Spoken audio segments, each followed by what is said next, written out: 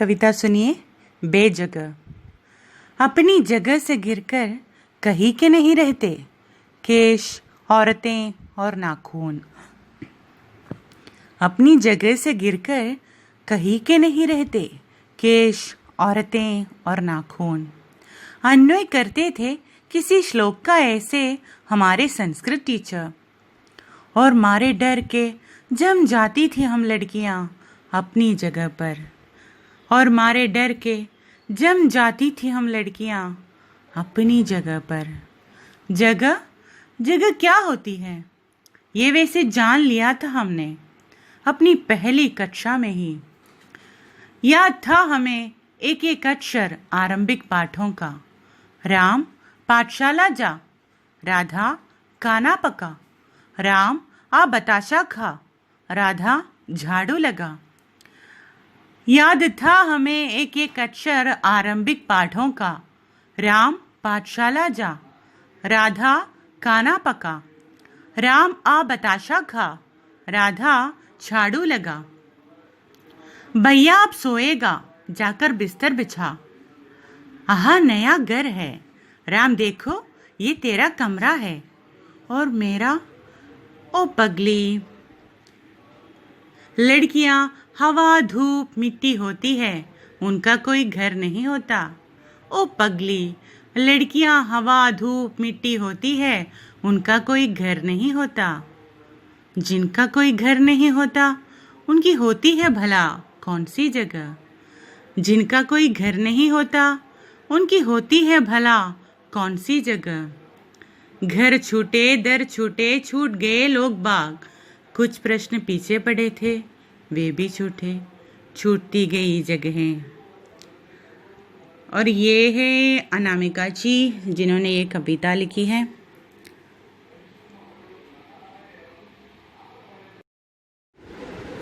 हिंदी की समकालीन कवियत्रियों में बहुत मशहूर नाम है अनामिका जी का, जिन्होंने बहुत सारी कविताएं लिखी हैं। दिल्ली के सत्यवती कॉलेज में अंग्रेज़ी की प्राध्यापिका है। अंग्रेज़ी में भी बहुत सारी क्रिटिक्स वगैरह लिखती है। सोशल वर्कर है, समाज सेविका है और नॉवेल वगैरह भी लिखी है। उनकी जो कविता है बेजगह, ये नाम ही काफ़ी है उनकी खूबसूरती या वे जो बताना चाह रही है उस पर पहुंचने के लिए ये नाम ही काफ़ी है। नमस्कार बच्चों, अभी आप लोग बेजगह कविता की जो ऑडियो है वो सुन रहे थे। और ऑडियो जो है आप लोग 2 बार या 3 बार सुनिएगा ज़रूर, क्योंकि जो कविता की जो खूबसूरती है, उसकी सुंदरता है, उसकी जो शब्दों को ऐसे पिरो कर जो रखा गया है ना, उन सबको आप लोग समझिएगा और उसके बाद ही उसके आशय की ओर आइएगा। क्योंकि आशय जब हम समझने लगेंगे, वैसे पहले से भी इसमें बहुत सारे ऐसे सिंपल वर्ड्स है और आप लोगों को समझ में आया ही है। वो जो लाइन है वो बोलते बोलते या समझते समझते आप लोगों के मन में आया ही है अभी कि ये स्त्रियों के बारे में कह रहे हैं। ये जो बेजगह शब्द ही है, अनामिका जी ने बहुत ही सार्थक चुना है ना। क्योंकि अगर हम बेचैन शब्द हम देखते हैं, बेचैन हम ये चैन जो है उस पर बे लगाकर अशांति इन अर्थम वरनो अशांति अर्थ आ जाता है वहाँ पे। उसी प्रकार से जगह के साथ बे जोड़ने पर यहाँ पे जिनके लिए जगह ही नहीं है, कोई जगह ही नहीं हो, इस प्रकार से बेजगह स्थल मिलाता। और हम कभी भी सोच नहीं सकते ऐसे शब्द जो है बहुत ही सूटेबल भी है एक स्त्री के लिए कहा जाए तो ये शब्द बिल्कुल सार्थक हो जाता है। तो हम देखेंगे कि अनामिका जी ने किस प्रकार से हमें समझाया है कि हम स्त्री जो है किस तरीके से जगहहीन बेजगह वाली हो जाती है। अपनी जगह से गिरकर कहीं के नहीं रहते केश, औरतें और नाखून। आपने सुना ही है इसलिए मैं पूरा का पूरा यहाँ पे पढ़ूंगी नहीं। केश, औरतें और नाखून को, तीनों चीज़ों को एक साथ रखा है। ये क्या क्या चीज़ें हैं ये ज़रा हम देखेंगे। केश, औरतें और नाखून। नाखून है आप जानते हैं नाखून और केश, ये दोनों ही ऐसे एक चीज़ है जो हम काटते हैं, जो गिरने पर या झड़ जाने पर हम फेंकते हैं, है ना। ज़्यादा होने पर हम काटते हैं, उसे भी फेंकते हैं। अगर झड़ जाए तो वो कंघी में आते हैं, तब भी हम उसे फेंकते हैं। तो ऐसी एक चीज़ जो हमारे लिए ज़रूरी है, हमारे साथ रहते हैं, लेकिन जब हमें नहीं चाहिए होते हैं और किसी काम का नहीं होता, तब हम उसे छोड़ देते हैं या उसे फेंक देते हैं। उसी प्रकार की दो चीज़ों के साथ यहाँ पे अनामिका जी ने जोड़ा है। देखिए, अपनी जगह से गिरकर, ये भी सेंटेंस पर फर्स्ट लाइन ही यही है, जो अपनी जगह है वहां से गिरने पर, ये गिरना जो है पतित होना भी अर्थ है और गिर जाना, वैसे ही वहां से निकल आने पर कहीं के नहीं रहते, कहीं के नहीं रहते, ये यूजलेस हो जाता है, ये किसी चीज़ के लिए मीन्स उपकारी नहीं होता।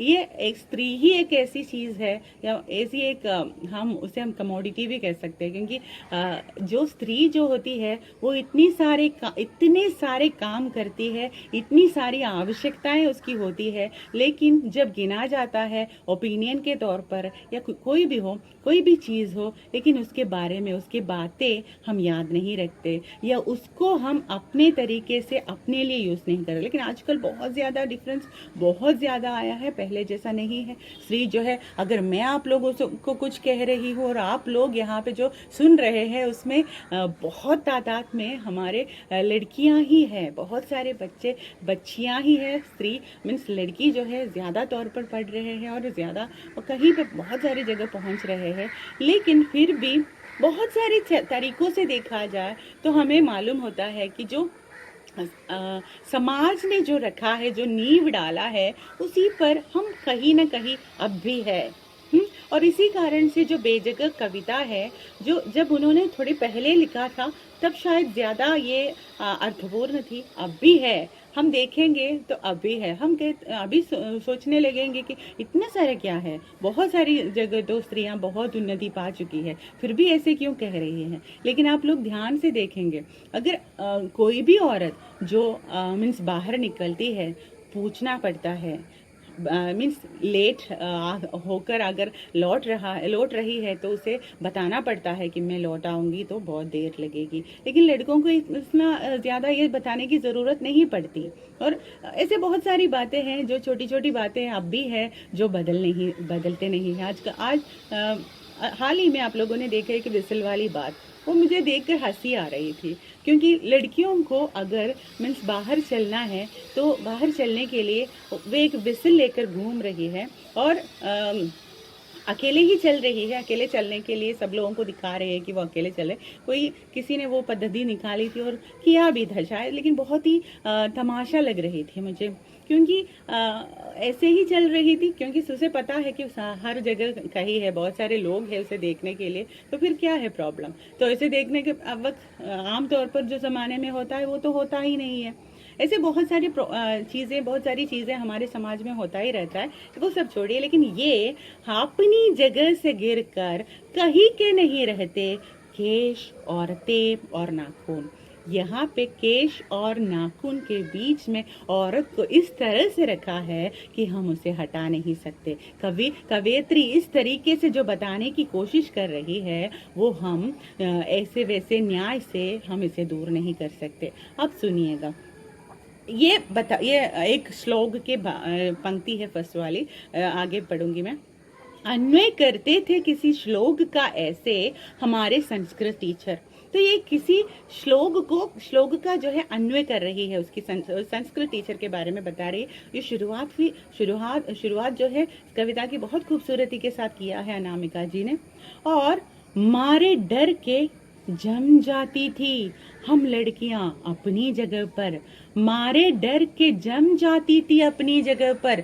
जहाँ पे बैठी हुई होती है ये सुनते हुए, वहां पे सब लोग, सारी जो लड़कियां हैं वो जम जाती थी, सच में सहम कर जम जाती थी शायद। और ये अपनी जगह से गिरकर हम कहीं के भी नहीं रहते, तो हमारी जो जगह अभी है वहाँ पे ही हम जम जाते थे, क्योंकि यहाँ से गिरने पर अगर कोई जगह ना मिले पहले ऐसे देखिए आप अपनी जगह पर, जगह जगह क्या होती है वैसे, ये वैसे जान लिया था हमने अपनी पहली कक्षा में ही। यानी कि जगह, ഈ जगह എന്ന് പറഞ്ഞാൽ എന്താ, സ്ഥലം എന്ന് പറയുന്നത് वैसे जान लिया था हमने, हम लोगों ने जान लिया था। ये हम जो है लड़कियों के लिए कह रहे हैं हमने जान लिया था पहली कक्षा में ही, फर्स्ट क्लासिल तन्ने हम लोगों ने जान लिया था। याद था हमें एक एक अक्षर ആരംഭിക് പാഠോं का। അപ്പോൾ ആദ്യ ക്ലാസ്സിൽ തന്നെ മനസ്സിലായിട്ടുണ്ട് ये आधी क्लास जो है, पहली कक्षा जो है, किसकी ओर इशारा है, हमारे अनुभवों की ओर इशारा है। श्री के जो अनुभव है उसकी ओर इशारा करते हुए कविता के अगले लाइन देखिए, आरंभिक पाठों का। ये आरंभिक पाठ क्या क्या है सुनिए, ये बहुत ही फेमस कविता है, इसको मलयालम में ट्रांसलेट भी हुआ है। ये देखिए, राम पाठशाला जा, राधा खाना पका, राम अब बताशा खा, राधा झाड़ू लगा। राम पाठशाला जा, राधा खाना पका, राम आ बताशा खा, राधा झाड़ू लगा। भैया अब सोएगा, जाकर बिस्तर बिछा, आहा नया घर है, राम देख ये तेरा कमरा है और मेरा। अरे पगली, लड़कियां हवा धूप मिट्टी होती है, उनका कोई घर नहीं होता। तो ये है आरंभिक पाठ। ये बताया हम ऐसे ही है कि हमारे घर में जो सीख हमें मिलती है वही हमारी पहली सीख होती है, वही हमारी पहली पाठशाला होती है। तो इसमें बहुत सारे डिफरेंस आए हैं, ज़रूर आए हैं, लेकिन अभी भी ऐसे बहुत सारे जगह हैं जहाँ पे लड़कियों को पाठशाला जाने के लिए अनुमति नहीं होती। और उसी प्रकार से लड़कियों को जन्म के लिए अभी हाल ही में आप लोगों ने देखा, हमारे तमिलनाडु में पास में ही लड़कियों को मारा गया था। जो लड़कियों को जीना और लड़कियों का जन्म लेना ही बहुत सारे लोग अभी भी श्राप ही मानते हैं। तो इसी कारण से जो लड़की है उनके साथ साथ उसे सिर्फ घर संभालनी होती है, घर के काम करनी होती है। और देखिए, राम से कहा जाता है कि तुम पाठशाला जाओ। ये दो वाक्य है, उसी में सारे डिफरेंस है ना। राम पाठशाला जा, राधा खाना पका, और राम आप बताशा खा। कोई भी चीज हो खाने के लिए उसे ही बुलाते। बताशा मैंने एक गोल गोल चीज है जो चीनी वगैरह से बनाई जाती है, गोलगप्पा जैसी एक मीठी चीज। तो राम आप बताशा खा, राधा झाड़ू लगा। तो तुम्हारे लिए काम है, उसके लिए खाना है। उसी प्रकार से भैया अब सोएगा, जाकर बिस्तर बिछा। भैया को अभी सोना है, तुम जाकर बिस्तर बिछाओ। तो भैया को विश्राम करना भी हो तो बिस्तर बिछाने का काम स्त्री का ही होता है। और आहा नया घर है, जब वे नए घर लेते हैं, किसी भी घर में हो नया घर लिया जाता है, तब राम से कहा जाता है कि देख ये तेरा कमरा है राम। तो और मेरा, जब वो पूछती है मेरा, तो कहती है अरे पगली तो है, प्यार वाले पुकार तो है, लेकिन उसके लिए कोई ऐसा चीज नहीं है जो जिस तरीके से राम को दिया जाता है वो राधा के लिए नहीं होती। तो लड़कियां क्या होती है, ये सेंटेंस अब देखिए, लड़कियां हवा धूप मिट्टी होती है। हवा होती है, धूप होती है, मिट्टी होती है।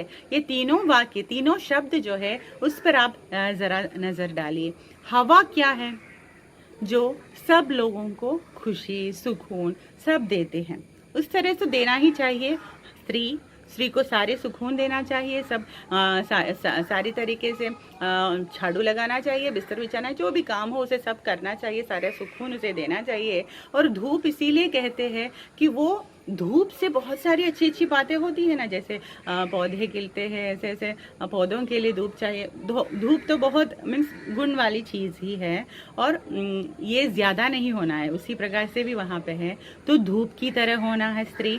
और मिट्टी सर्वम सह, हाँ, हमेशा सब कुछ सहने वाली, कुछ भी उसके अपने हिसाब से वो नहीं कर सकती, वो ऐसे ही पड़ी रहती है सब लोगों के लिए, सारी चीज़ों का दान करते हुए, अपना जो कुछ भी है वो सब दान करते हुए वो जीती है, मिट्टी की तरह बताती है स्त्री को। तो स्त्री क्या है, हवा धूप मिट्टी होती है, और उसके लिए क्या नहीं है, अरे वो पगली, लड़कियां हवा धूप मिट्टी होती है, उसके लिए कोई घर नहीं होता, अपना कोई घर नहीं है इन तीनों चीजों को, उसी प्रकार से आप यानी कि स्त्री लोगों को भी वो नहीं है।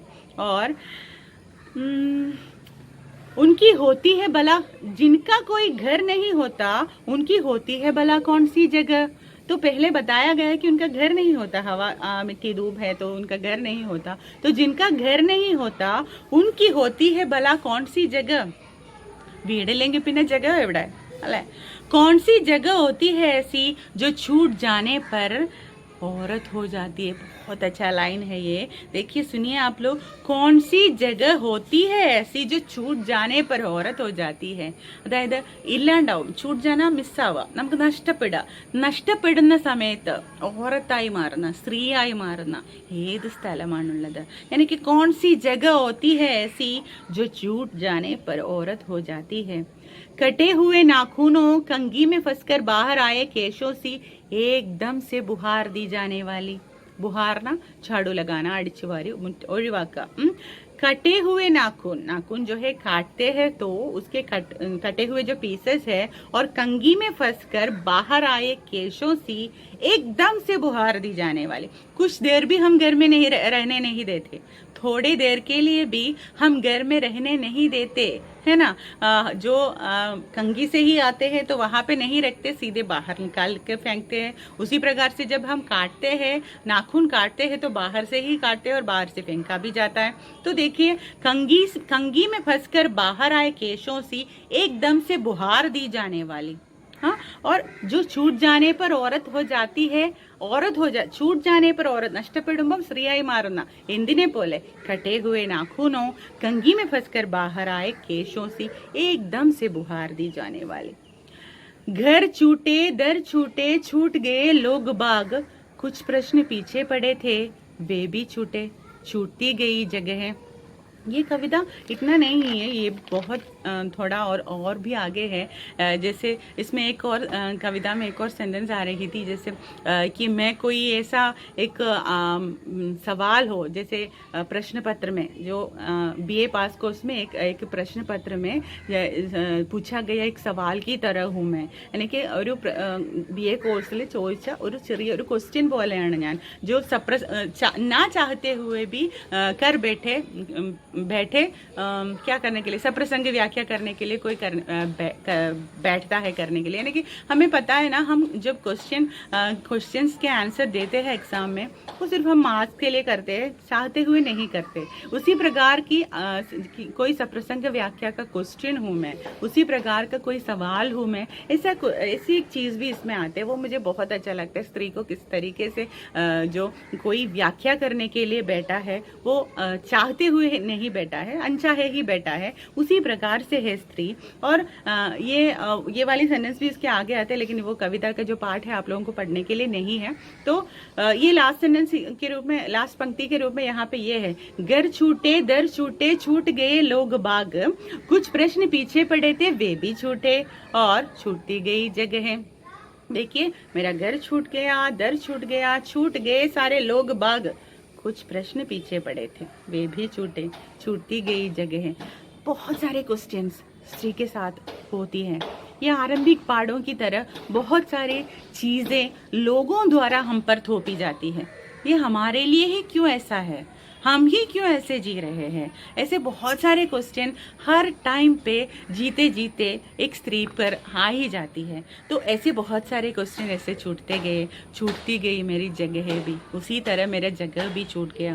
तो ये बताते हैं कि अपना घर नहीं है उसका, क्योंकि इस घर में रहने के लिए बाकी लड़के लोग होते हैं, लड़के लोग स्त्री लोगों को लेकर आएंगे, वही यहाँ पे रहेंगे और तुम किसी और घर में जाएंगे और वहाँ क्या करेंगे, वहाँ पे भी पराये की तरह रहना पड़ता है। तो स्त्री ऐसे ही होती है, ऐसे ही जीना पड़ता है उसको। लेकिन मैं हमेशा से समझती हूँ कि स्त्री बहुत सारी चीज़ें कर सकती है, करती भी है। लेकिन आप लोग देखिए सारे घरों में मीन्स कुछ ना कुछ तरीके से 75% जो है स्त्री ही सारे कार्य संभालती है, सारी बातें करती है, घर के लिए कुछ ना कुछ वो करती है। लेकिन बोलने के लिए, बोलने का जो टाइम आ जाता है तब वो किसी भी तरीके से उसको थोड़ा सा सरका दिया जाता है ना।